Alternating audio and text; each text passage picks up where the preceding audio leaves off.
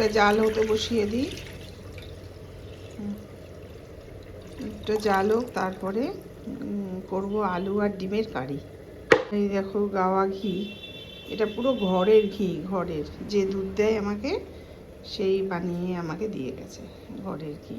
এই যে পিছনে একটু দেখো কালচে মতো সব পড়ে গেছে। এবার এখন আমি রান্না করব ডিম আলুর কারি।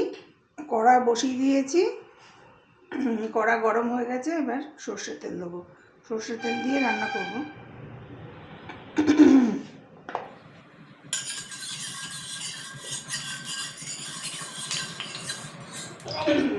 এর মধ্যে একটা একটা করে আলু দিয়ে দেবো।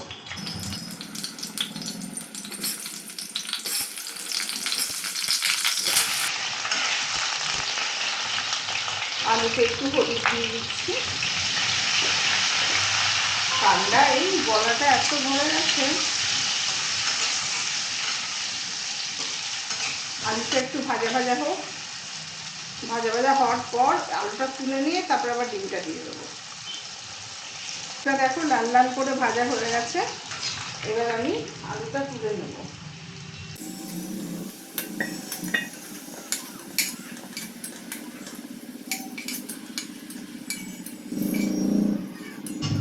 আলু এখানে রাখলাম। এবার আমি দেবো সিদ্ধ ডিমটা।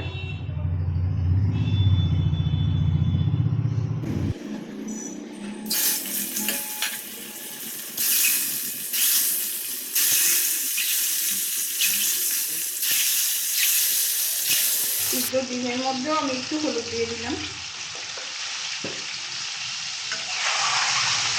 একটু ভাজা ভাজা করে নেব। এবার আমি ডিমটা তুলে দিচ্ছি।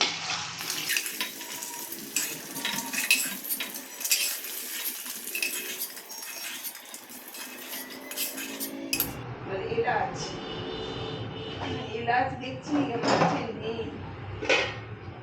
এলাচটা শেষ হয়ে গেছে। একটু জিরে দিলাম, দুটো তেজপাতা দিয়ে দিলাম। তেল আর দেবো না, কেন বলো তো, ডিমেও তেল, মানে ডিমটাও তেল দিয়ে ভাজা হয়েছে, আবার আলুটাও। আচ্ছা, এবার আমি কিছুটা পেঁয়াজ দিচ্ছি।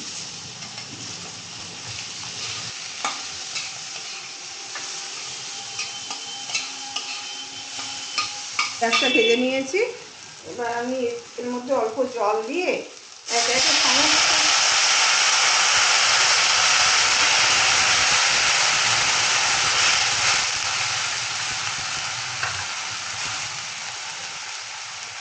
এবার একে একে সমস্ত মশলা দেবো। আদা রসুন পেস্ট প্রথম শুরু করলাম, হলুদ গুঁড়ো, ধনিয়া, জিরে গুঁড়ো ও লঙ্কা গুঁড়ো।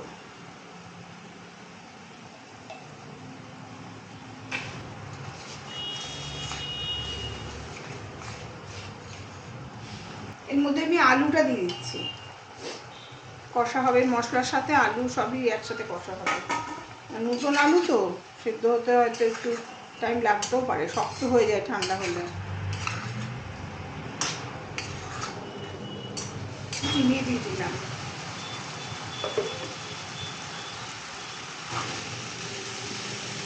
দেখো আলু মশলা সমস্ত কষা হয়ে গেছে।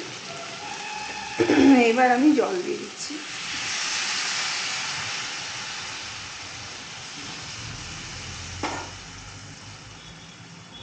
যতক্ষণ না আলুটা একটু সিদ্ধ হয়ে যায় ততক্ষণ এটা হবে। এবার ঢাকা দিয়ে দিচ্ছি। ঢাকনাটা খুলে ফেললাম, প্রায় হয়ে গেছে।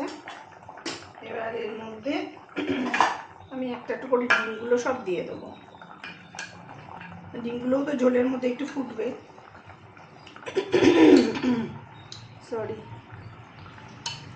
নাহলে তোর টেস্টটা ঠিকঠাক আসবে না।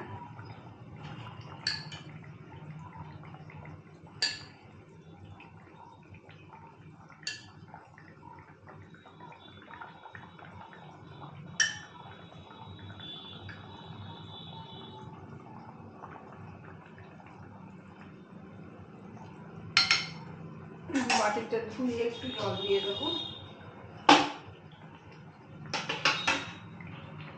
ঢাকা দিয়ে দিলাম, 5 মিনিট এরকম ফুটুক। 5 মিনিট ফোটার পর ধনে পাতা কুচি দিয়ে নামিয়ে দেবো।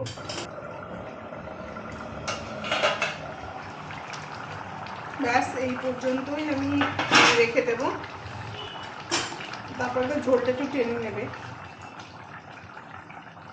এবার আমি একটু ধনে পাতা কুচিয়ে দেবো, একটু বেশি করে দিলাম, শীতকালে তো ধনে পাতা খেতে ভালো লাগে।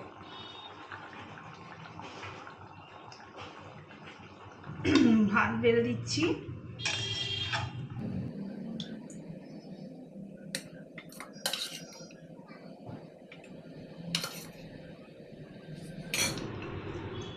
মোচা চিংড়ি,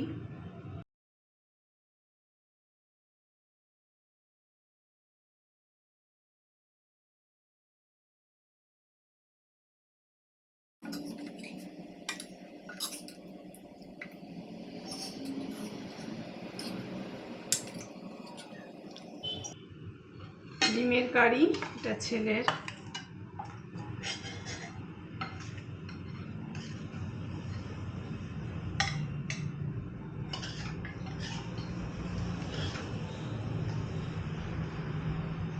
আমার আর আমি কুমড়ো সিদ্ধ করেছিলাম, একটা আমি নিচ্ছি, একটা ছেলেকে দিই, যদি খাই খাবে।